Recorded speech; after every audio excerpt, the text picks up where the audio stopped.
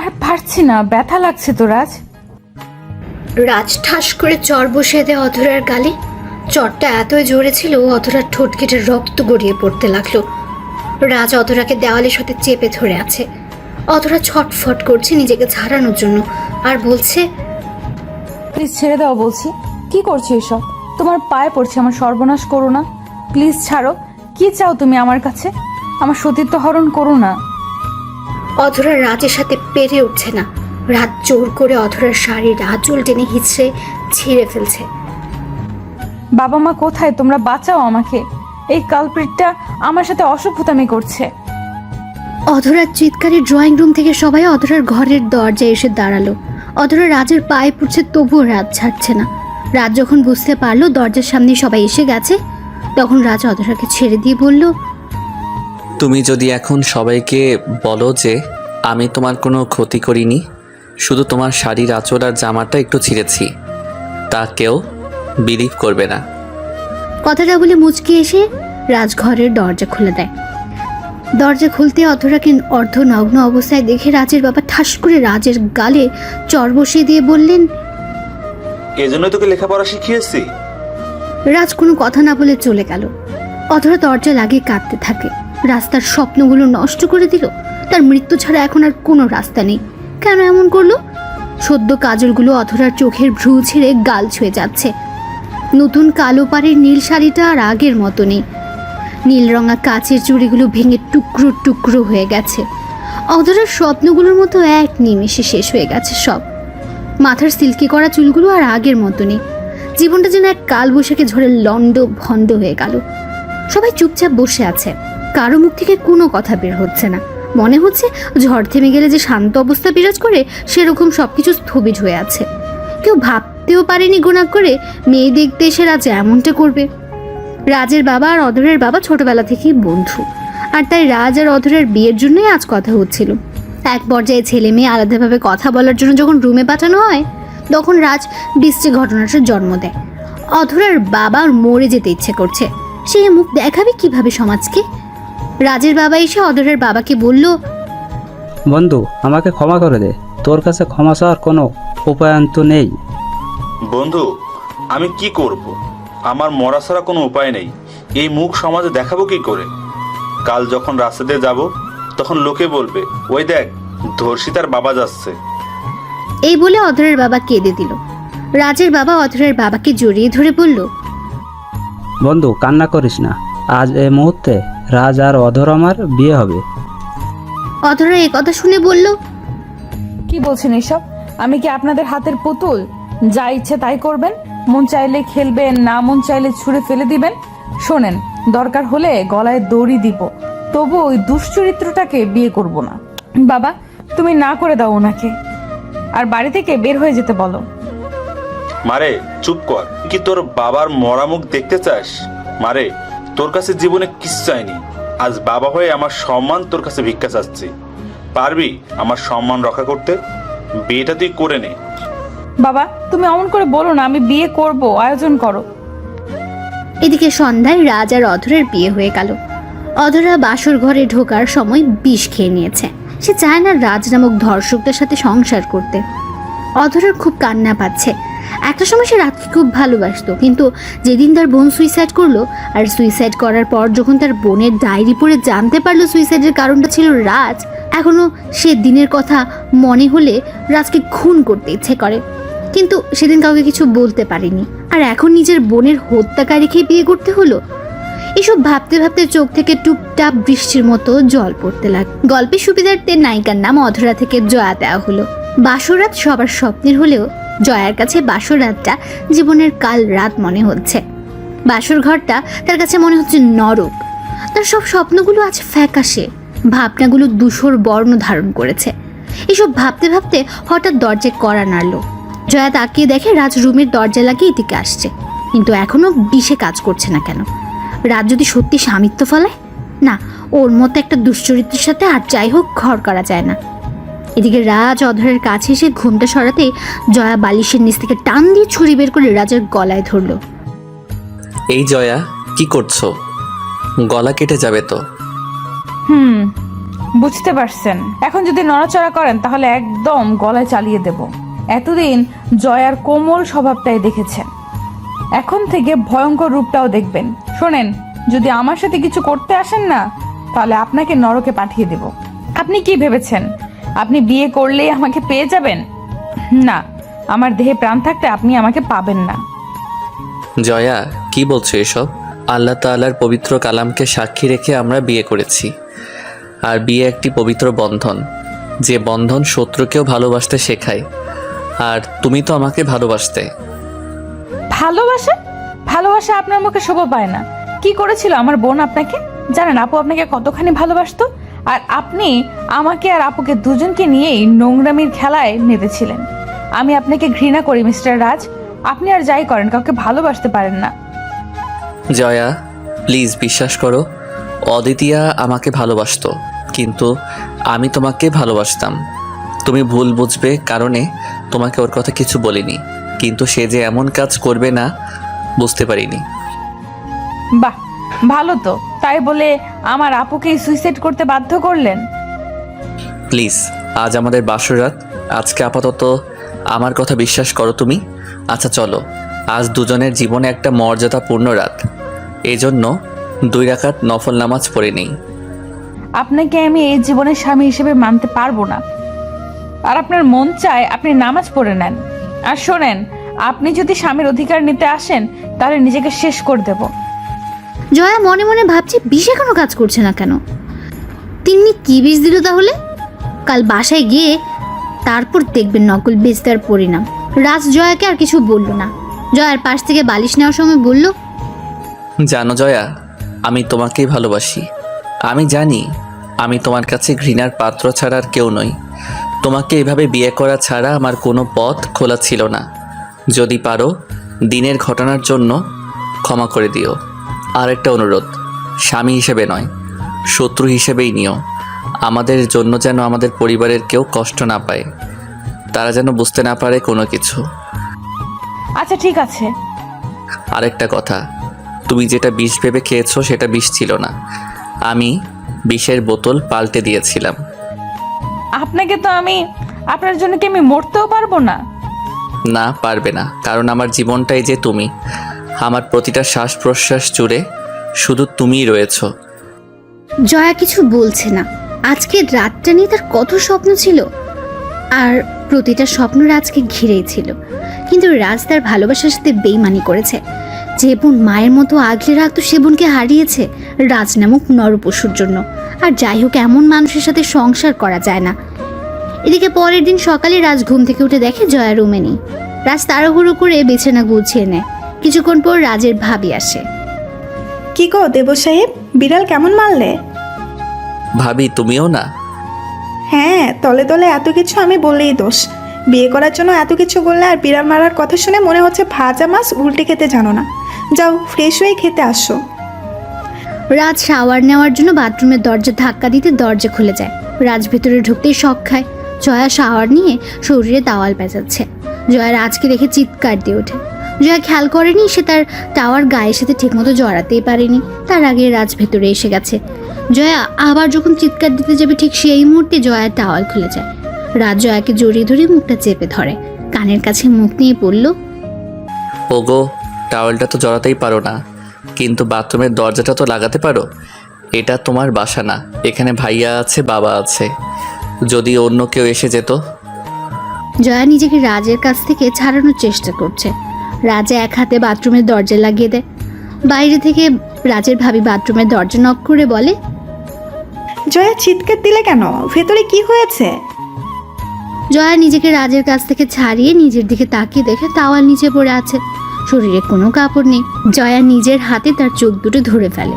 রাজ ফ্লোরে থেকে তাওয়ালটা তুলে জয়ার শরীরে পেঁচিয়ে দিয়ে বাথরুম থেকে বের হতেই, কি গো দেবরজি, রাতে মন ভরেনি? এখন বাথরুমে ওইসব চলছে? এই জন্যই তো বলি, ভেতরে চিৎকার শুনে একজনের বাইরে হয়, আরেকজন বাড়িতে ভূত পেত ভয় করলো নাকি? ভাবি, তুমিও না, বেশি বলছো কিন্তু। হ, যত দোষ নন্দ ঘোষ। এমন সময় জয়া বাথরুম থেকে বেরোতে ভাবি বলল, কি গো, একদিনের মধ্যে এত ভালোবাসা? বাথরুমে একা আসা যায় না? এটাই ভালোবাসা? জয়া কিছু বলছে, লজ্জায় তার মুখটা গুধুলি লগ্নে সূর্য যে রূপ ধারণ করেছে সেরূপ হয়ে গেছে। রাজ পলক্ষীর নয়নে তাকিয়ে আছে। রাতের জয়া আর এখনকার জয়ার মাঝে আকাশ পাতাল ব্যবধান। জয়া ভাবিকে কিছু না বলে রুমে চলে গেল। রাজ কিছুক্ষণ পর রুমে গিয়ে দেখে জয়া শাড়ি না পরে লুঙ্গি পরে আছে। রাজ হাসবে না কাঁদবে কিছু বুঝতে পারছে না। জয়া বারবার শাড়ির কুচি দেওয়ার চেষ্টা করছে কিন্তু পারছে না। রাজ দূরে দাঁড়িয়ে মুচকি মুচকি হাসছে। জয়া খেয়াল করেনি রাজ রুমে আসছে। এখন রীতিমতো জয়ার রাগ হচ্ছে। শাড়িটাও সে পরতে পারে না, এভাবে নিচে কিভাবে যাবে? হঠাৎ জয়া খেয়াল করলো কে যেন তার শাড়ির কুচি দিচ্ছে। কিছু বুঝে ওঠার আগেই রাজ শাড়ি কুচি করে গুজে দেয়। তখন অনিচ্ছা সত্ত্বেও জয়ার স্পর্শকাতর জায়গায় লাগে। জয়ার শরীরটা কেমন যেন শিউরে ওঠে, মনে হয় সারা শরীরে বিদ্যুৎ বয়ে যাচ্ছে। জয়া রাজের গালে চড় বসিয়ে দেয়। রাজ অবাক হয়ে জয়ার দিকে তাকিয়ে থাকে। কি এভাবে তাকিয়ে কি দেখছিস? তোর কি করে সাহস হয় রুমে না বলে প্রবেশ করার, তার উপর আমাকে শাড়ি পরাতে গিয়ে ওখান থেকে হাত দেওয়ার? কিছু বুঝে ওঠার আগেই রাজ শাড়ি কুচি করে গুজে দেয়। তখন হাতটা অনিচ্ছা সত্ত্বেও জয়ার স্পর্শকাতর জায়গায় লাগে। জয়ার শরীরটা কেমন যেন শিউরে ওঠে, মনে হয় সারা শরীরে বিদ্যুৎ বয়ে যাচ্ছে। জয়ার রাজের গালে চড় বসিয়ে দেয়। রাজ অবাক হয়ে জয়ার দিকে তাকিয়ে থাকে। কি এভাবে তাকিয়ে কি দেখছিস? তোর কি করে সাহস হয় রুমে না বলে প্রবেশ করার, তার উপর আমাকে শাড়ি পরাতে গিয়ে ওখানে হাত দেওয়ার? তোর কি মনে হয় তোর এসবে আমার মন গলে যাবে? মনে রাখিস, আমি পৃথিবীতে যদি কাউকে ঘৃণা করি তাহলে সেটা তুই। জয়া, তুমি যতই অবহেলা করো না কেন আমি তোমাকে ভালোবাসবই। তোমার মন ঠিকই জয় করে নিব। এক্ষুনি আমার মন জয় করে নেবে, যার কারণে আমার মায়ের মতো বড় বোন আত্মহত্যা করেছে? কি দোষ করেছিল আমার বোন? কি দোষ করেছিলাম আমি? ভালোই তো বাসতাম তোমাকে, নিজের সবটা দিয়ে ভালোবেসেছি। তার প্রতিদান স্বরূপ নিজের কলিজার টুকরো বোনকে হারিয়েছি। আমি তোকে ঘৃণা করি, তোর মুখটাও দেখতে ইচ্ছে করে না আমার। রাজ আর জয়ার তর্কাতর্কির সময় রাজের ভাবি রুমে এসে পড়ে। কি হলো, তোমরা এভাবেই থাকবে? নিচে খেতে আসো, রোমান্স করার অনেক সময় পাবে। সকালের নাস্তা করে রাজ জরুরি কাজে অফিসে চলে যায়। অফিস থেকে আসার সময় জ্যামে যখন আটকা পড়ে, হঠাৎ খেয়াল করে দেখতে পায় একটা 9-10 বছরের মেয়ে ফুল নিয়ে দাঁড়িয়ে আছে। গাড়ির কাজ নামিয়ে দিতেই মেয়েটা বলল, স্যার, একদম তাজা বেলি ফুলের মালা ম্যাডামের জন্য নিয়ে যান, ম্যাডাম অনেক খুশি হবে। রাজ মেয়েটার কাছ থেকে একটা ফুলের মালা নিয়ে 1000 টাকার একটা নোট বাড়িয়ে দিল। স্যার, সারাদিন 500 টাকার ফুলও বিক্রি করতে পারি না, এত টাকা কিভাবে ভাঙতে দিব? তোমাকে 1000 টাকায় দিয়েছি, রেখে দাও। আর দোয়া করো তোমার ম্যাডাম যেন খুশি হয়। রাজ ফুলের মালাটা ড্রেসিং টেবিলের উপর রাখতেই দেখতে পেল জয়া ব্যালকনিতে দাঁড়িয়ে ফোনে কথা বলছে। জয়া, তুমি এটা করতে পারলে? আমার কথা একবারও তোমার মনে পড়লো না? জয়া জারিফের কথা শুনে ফুপিয়ে কান্না করে দিল। কি হলো, কাঁদছো কেন? জারিফ, বিশ্বাস করো আমি ইচ্ছে করে বিয়েটা করিনি। রাজ আমাকে দেখতে গিয়ে অসভ্যতামি করেছে। তুমি যেইভাবেই হোক আমাকে নিয়ে যাও, আমি এই নরকে থাকতে পারবো না। জয়া, তুমি চিন্তা করো না, আমাদের দুজনকে কেউ আলাদা করতে পারবে না। আগামী মাসে আমি দেশে আসছি, আর তুমি পারলে রাজকে ডিভোর্স দিয়ে দাও, পরে কোনো ঝামেলা হবে না। ওকে মাই সুইট হার্ট, তুমি চিন্তা করো না, আমি যত তাড়াতাড়ি পারি রাজকে ডিভোর্স দিয়ে দেব। আর একটা কথা, আমি তোমার আমানতের খেয়ানত করিনি। রাজকে আমি আমার স্বামীর অধিকার দেইনি, আর কোনোদিন দিবও না। জয়া ফোন কেটে দিয়ে পেছনে তাকাতেই দেখে রাজ দাঁড়িয়ে আছে। জয়ার রাজকে কিছু না বলে রুমে চলে গেল। জয়া ড্রেসিং টেবিলের সামনে বসে যখন চুল আঁচড়াচ্ছে, এমন সময় রাজ বলল, জয়া, তোমার খোপাতে বেলি ফুলের মালাটা খুব সুন্দর লাগবে, একটু পরবে মালাটা? জয়া মালাটা হাতে নিয়ে বলল, তাই বুঝি, খুব সুন্দর লাগবে তাই না? আচ্ছা, তুই কি করে ভাবলি তোর দেওয়া ফুল আমি খোপায় জড়াবো? কথাটা বলে মালাটা পা দিয়ে পিষে ফেলল। রাজ কিছু না বলে রুম থেকে বেরিয়ে গেল। রাত্রেবেলা রাজ ফ্লোরে শুয়ে আছে। জয়া রাজকে শুনিয়ে শুনিয়ে জারিফের সাথে কথা বলছে। কথা বলার এক পর্যায়ে জারিফ বলল, বেবি, একটা পাপ্পি দাও না। ইস, আমার শরম করে, তুমি পাপ্পি দাও।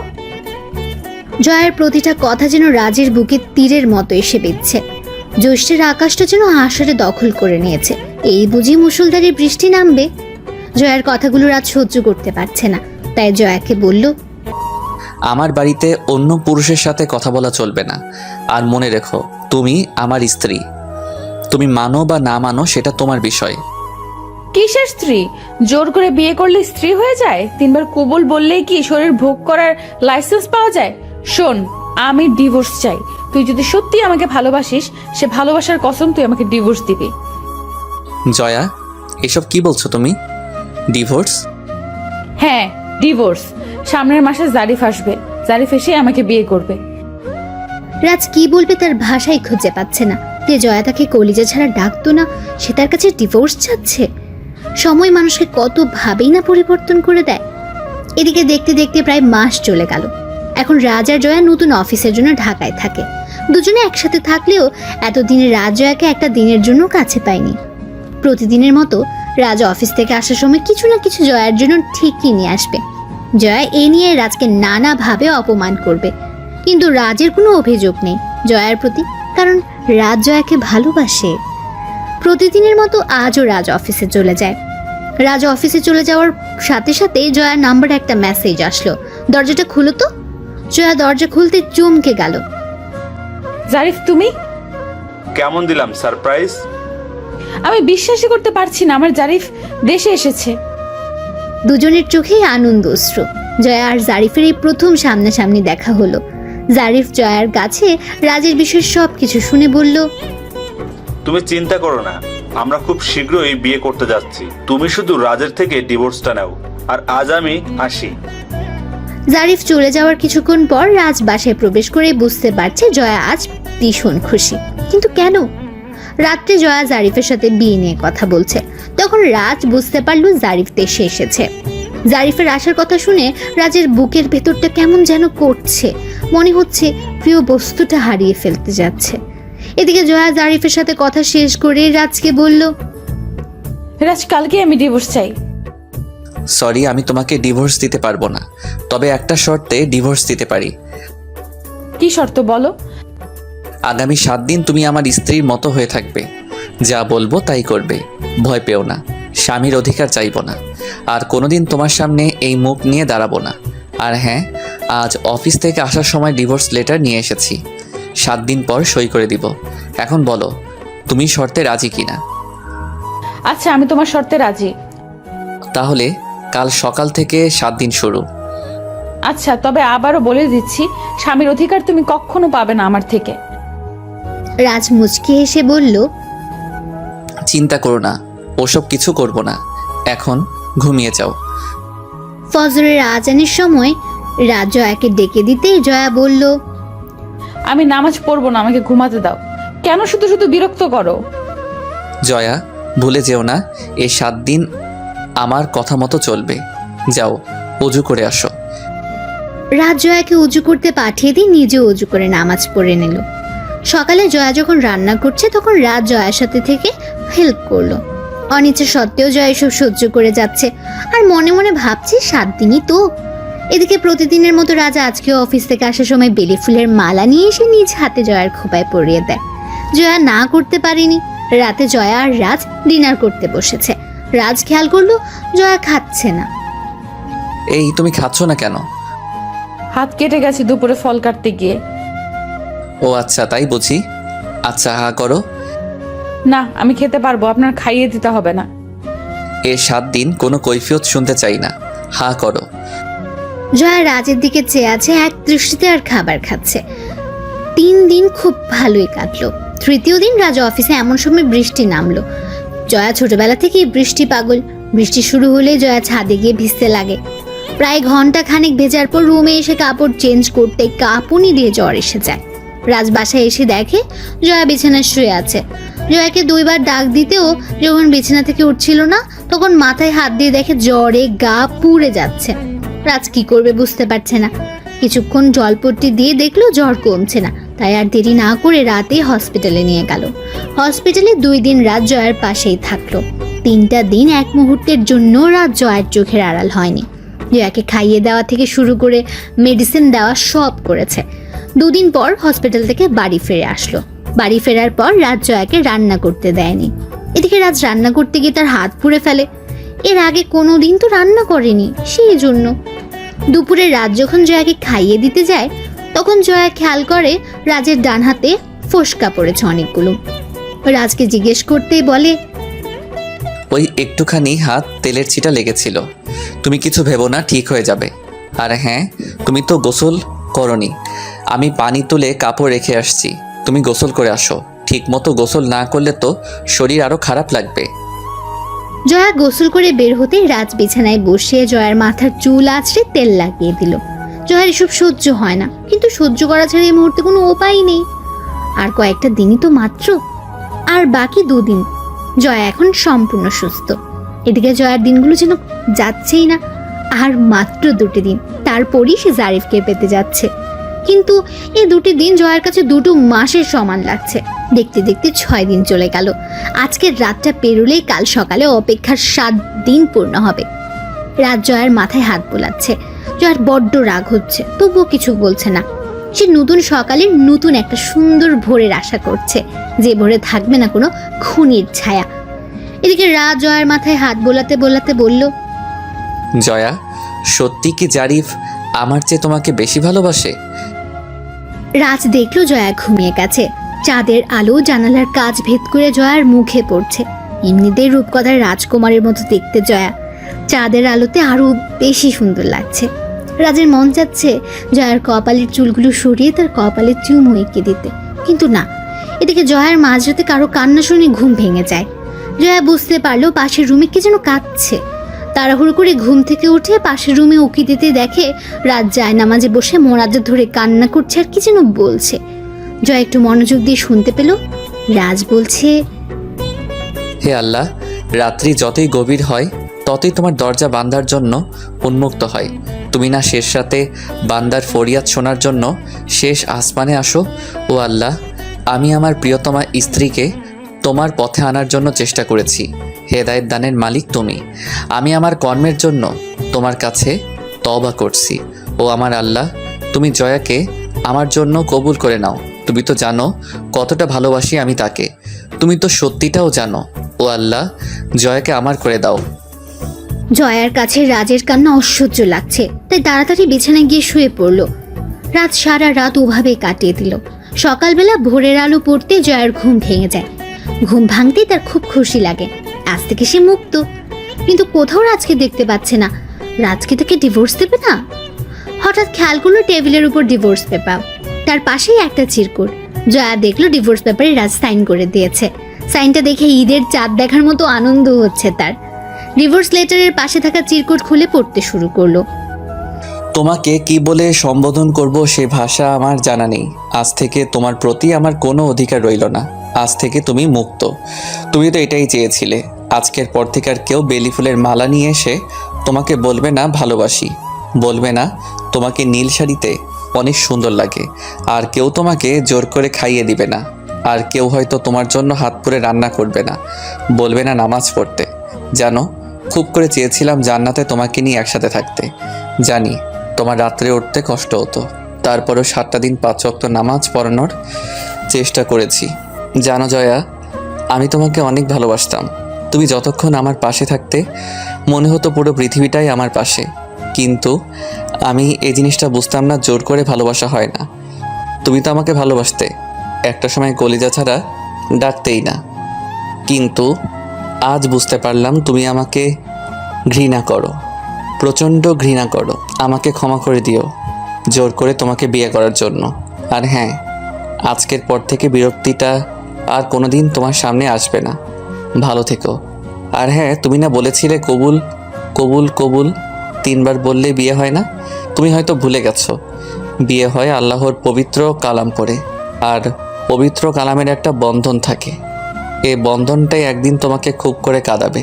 ভালো থেকো, বিরক্তিটা আর তোমার জীবনে আসবে না। চিঠি পড়া শেষ হলেই জয়ার চোখের সামনে তার বোনের সুইসাইড করার চেহারাটা ভেসে উঠল। জয়া মনে মনে বলল, যাক, অবশেষে খুনির হাত থেকে বাঁচলাম। জয়া ডিভোর্স লেটারটা নিয়ে সোজা জারিফের বাসায় চলে গেল। জারিফের রুমের কাছে যেতে শুনতে পেল, আরে কি বলিস, ওই বিয়ে করা মেয়েকে আমি আবার বিয়ে করব? শুনেছি আজ ডিভোর্স নেবে। ভাবছি হোটেলে নিয়ে ব্যবহার করে ছেড়ে দেব। মেয়েটা সুন্দর, তাই একটু বেশি সময় দিতে হচ্ছে।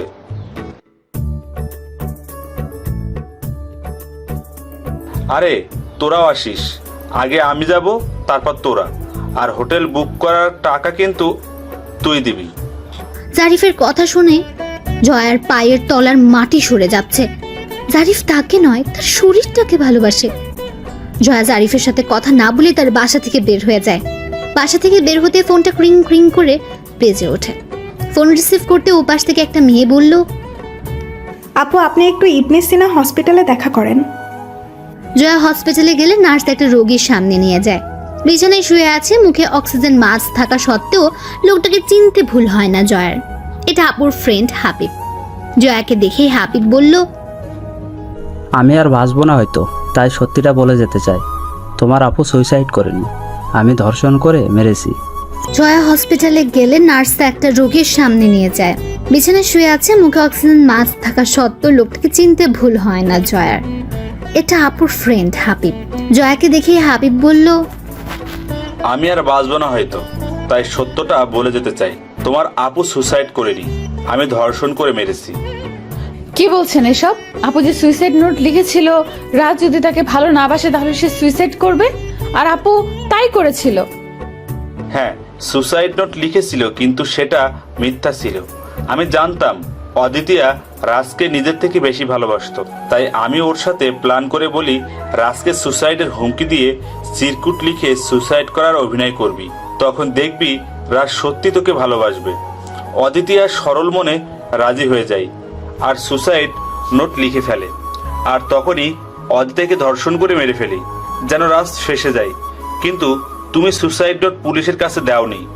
সেদিন আমার বিচার না হলেও প্রকৃতি আমাকে ছাড়েনি।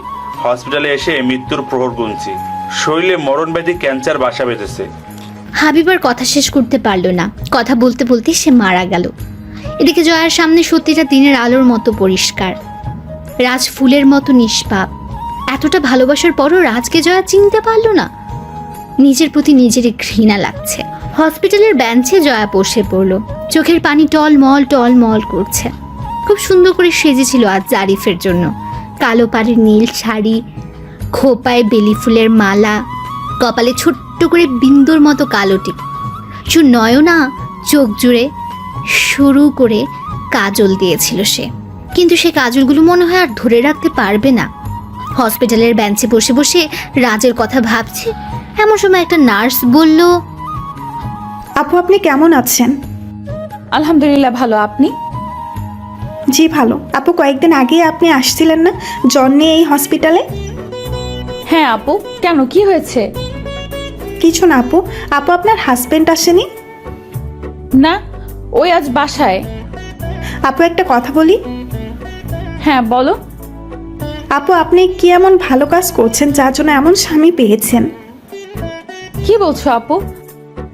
আপু আপনি সত্যি অনেক ভাগ্যবতী। হসপিটালে 4 বছরে কত কাপল দেখেছি, কত ক্রিটিক্যাল মুহূর্ত পার করেছি, কিন্তু আপনার স্বামীর মতো কাউকে দেখিনি। সারা রাত আপনার জন্য নামাজ পড়ে কান্না করছে যেন আপনি সুস্থ হয়ে যান। একটা মানুষ আরেকটা মানুষকে এতটা ভালোবাসতে আপনার স্বামীকে না দেখলে বুঝতেই পারতাম না। দিনের বেলাতে আপনার মুখে তুলে খাইয়ে দিত। আপু আমার জন্য দোয়া করবেন। আমার স্বামীটা নেশা করে, তবুও ছেড়ে যেতে পারি না। আল্লাহ যেন আমার স্বামীকে আপনার স্বামীর মতো ভালো বানিয়ে দেয়। জয়া নার্সকে জড়িয়ে ধরে কান্না করে দিল। সে ভাবতে পারছে না সে কোথায় যাবে। জয়ার জড়িয়ে ধরা দেখে নার্স হতবম্ব হয়ে গেল। জয়া নার্সকে বিদায় জানিয়ে তাড়াহুড়ো করে বাসায় এসে পড়ল। বাসায় আসতেই শুনতে পাই কে যেন ডাকছে, এই কলিজা বেলি ফুলের মালা এনেছি, খোপায় জড়াবে না? জয়া দৌড়ে ড্রেসিং টেবিলের সামনে যায়, কিন্তু না, রুমে কেউ নেই। জয়া রাজের দেওয়া ফেলে রাখা চিরকুট বুকের সাথে জড়িয়ে ধরে কাঁদতে থাকে। রাজের মুখটা বারবার চোখের সামনে ভেসে উঠছে। বুকের ভেতরটা কেমন যেন দুমড়ে মুচড়ে যাচ্ছে। মনে হচ্ছে হৃৎপিণ্ডে কেউ ছুরি জ্বালিয়ে দিয়েছে। জয়া তার ফোন থেকে বারবার রাজের নম্বরে ফোন দেয়। নম্বরটা বারবার বন্ধ শোনাচ্ছে। বাসায় ফোন করে রাজের মাকে রাজের কথা বললে তারা বলল, রাজ তো বাসায় আসেনি মা। জয়া ফোন কাটতে ডিভোর্স লেটারটা চোখে পড়লো। ডিভোর্স লেটারটা হাতে নিয়ে বুঝতে পারলো ডিভোর্স লেটারে ফোঁটায় ফোঁটায় জলের ছাপ। জয়ার আর বুঝতে বাকি রইল না রাজ ডিভোর্স লেটারে সাইন করতে গিয়ে কান্না করেছে। জয়া আর এক মুহূর্ত দেরি না করে ডিভোর্স লেটারটা ছিঁড়ে টুকরো টুকরো করে ফেললো এবং বিকেলের টিকিট করে বাসে করে রাজের বাসায় এসে পড়লো। বাসায় এসে রাজের মাকে বলল, মা, রাজ এখনো বাসায় ফিরেনি? না তো মা। আরেকটা কথা, তোমাকে যে কিভাবে বলি। মা কি বলবেন বলেন, আমি কিছু মনে করব না। মা, রাজ আমার সাথে সব শেয়ার করেছে এবং তোমাকে ডিভোর্স দেওয়ার আগের দিন ফোন করে অনেক কান্না করেছিল। আমি প্রথমে না করেছিলাম, কিন্তু যখন শুনলাম ডিভোর্স তোমার ইচ্ছেতেই হচ্ছে, তখন আর আটকায়নি। তোমাকে নিজের মেয়ের মতো ভেবেছিলাম। মানছি বিয়ের আগে রাজ একটা সিন ক্রিয়েট করেছিল, সেজন্য আমিও ক্ষমা চাচ্ছি। আমাদের ক্ষমা করে দিও মা, আমার ছেলেটা তোমার জীবনটা নষ্ট করে দিয়েছে। দোয়া করি তুমি সুখী হও। তোমাকে চাইলেও আর এ বাড়িতে রাখতে পারবো না। আরেকটা কথা, আমার ছেলেটা তোমাকে বড্ড বেশি ভালোবাসতো। আচ্ছা এসব বাদ দাও মা, তুমি ভালো থেকো। মা কি বলছেন? আপনি ক্ষমা চাচ্ছেন কেন? মা আপনারা আমাকে ক্ষমা করে দেন, আমি অনেক বড় ভুল করেছি। আপনাদের ছেড়ে আমি কোথাও যাব না। এমন সময় জয়ার বাবা আসলো। জয়া তার বাবাকে দেখে খানিকটা অবাক হয়ে যায়। বাবা তুমি কেন আসছো? শুনলাম রাজ নাকি তোকে ডিভোর্স দিয়েছে, তাই তোকে নিতে আসলাম। জয়া আর তার বাবাকে কিছু বলতে পারলো না। বাসায় আসার পর রাজের সাথে যোগাযোগ করার অনেক চেষ্টা করেছে, কিন্তু পারেনি। পরিচিত একজনের কাছে শুনেছে রাজ নাকি আমেরিকা চলে যাবে কিছুদিনের মধ্যে। জয়া ভাবতে পারছে না এই মুখ নিয়ে কিভাবে রাজের সামনে গিয়ে দাঁড়াবে। যতই দিন যাচ্ছে রাজের স্মৃতিগুলো ততই মনে পড়ছে। রাজের খাইয়ে দেওয়া, অফিস শেষ করে বেলি ফুলের মালা নিয়ে আসা, সবকিছু। একদিন হঠাৎ শুনতে পেল রাজের বিয়ে, তাও আবার জয়ার বান্ধবী জেনিফার সাথে। জয়া বিশ্বাস করতে পারছে না, রাজের বিয়ে। কলেজটা ফেটে যাচ্ছে তার। না, এই বিয়ে যেভাবেই হোক আটকাতে হবে। রাজকে ছাড়া সে কিভাবে বাঁচবে? কোনো মতে রাজের ঠিকানা সংগ্রহ করে রাজের নতুন বাসায় গেল। রাজ ফোনে কার সাথে যেন কথা বলছিল। জয়াকে দেখে ফোন রেখে দিয়ে বলল, আপনি কেন এসেছেন? আমি আমার স্বামীর কাছে এসেছি। তাই বুঝি? কিসের স্বামী আমি? একটু বুঝিয়ে বলবেন। আপনাকে আমি ডিভোর্স দিয়েছি, আপনি তো এটাই চেয়েছিলেন। রাজ আমাকে ক্ষমা করে দাও, আমি সত্যিই সব না জেনে করেছি। ক্ষমা? সে তো তোমাকে ডিভোর্স লেটারের সাথেই করে দিয়েছি। কি চাওয়ার? আর কত কষ্ট দিতে চান আপনি আমাকে? সে ফুলসজ্জার রাত থেকে আপনি আমাকে কত অপমান না করেছেন, সব আপনাকে ভালোবাসার কারণে। আমি চাইলেই আপনার কাছ থেকে স্বামীর অধিকার আদায় করে নিতে পারতাম, কিন্তু কেন নেইনি জানেন? আপনাকে বড্ড বেশি ভালোবাসতাম, বলতে পারেন নিজের থেকেও বেশি। এজন্যে আপনি যত্ন সহকারে কষ্ট দিয়েছেন। সারা রাত আমার কাঁদতে হয়েছে। প্লিজ আপনি এখান থেকে চলে যান। রাজ তুমি মারো কাটো যাই করো, তবু আমাকে তাড়িয়ে দিও না। এই কতদিনে বুঝতে পেরেছি তুমি আমার কতটা জায়গা জুড়ে ছিলে। আপনি যাবেন? আপনার মুখটা আমার দেখতে ইচ্ছে করছে না আর। এমন সময় জেনিফা এসে রাজকে বলল, হাই বেবি, আমি কখন থেকে ওয়েট করছি। বিয়ের কেনাকাটা করতে যাবে না? জানেমান যাব, তবে দিনটা মনে হয় আজ অশুভ যাবে। সকালেই কার মুখ দেখতে হলো। আচ্ছা এসব বাদ দাও, চলো শপিং করে একটু পার্কে ঘুরতে যাব। জেনিফা গিয়ে রাজের হাত ধরল। জয়ার কলিজাটা ফেটে যাচ্ছে, চোখের পানি ধরে রাখতে পারছে না। এদিকে রাজ আর জেনিফা যখন বাসা থেকে বের হবে, এমন সময় জয়া বলল, রাজ প্লিজ যেও না, তোমাকে ছাড়া আমি সত্যিই মরে যাব। আর এই জেনিফা, তুই আমার বন্ধু হয়ে আমার কলিজাকে আমার কাছ থেকে আলাদা করতে চাচ্ছিস? কেমন বন্ধু তুই? বন্ধু? কিসের বন্ধু? তাছাড়া রাজকে আমি ভালোবাসি, এতে তোর কোনো প্রবলেম হওয়ার কথা না।